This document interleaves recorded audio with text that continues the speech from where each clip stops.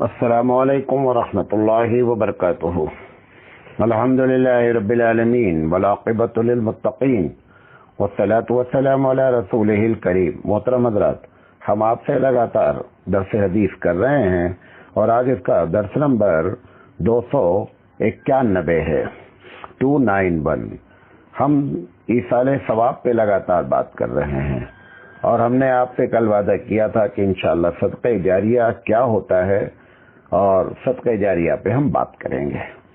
دیکھیں، سب سے پہلی بات تو صدقہ جاریہ اور دوسرے صدقے میں، یعنی دوسرا جو آدمی صدقہ کرتا ہے یا اللہ کے راستے میں انفاق خرچ کرتا ہے، ان دونوں میں بنیادی فرق کیا ہے؟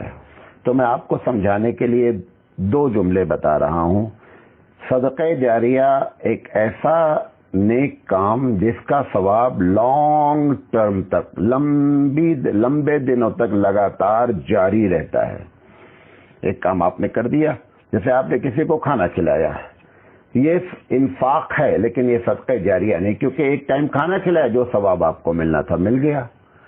لیکن یہ بھی نہیں کہا جا سکتا ہے کہ ایک وقت کے کھانے کا ثواب ہو سکتا ہے کہ لانگ ٹرم صدقہ جاریہ کے ثواب سے بھی زیادہ ہو۔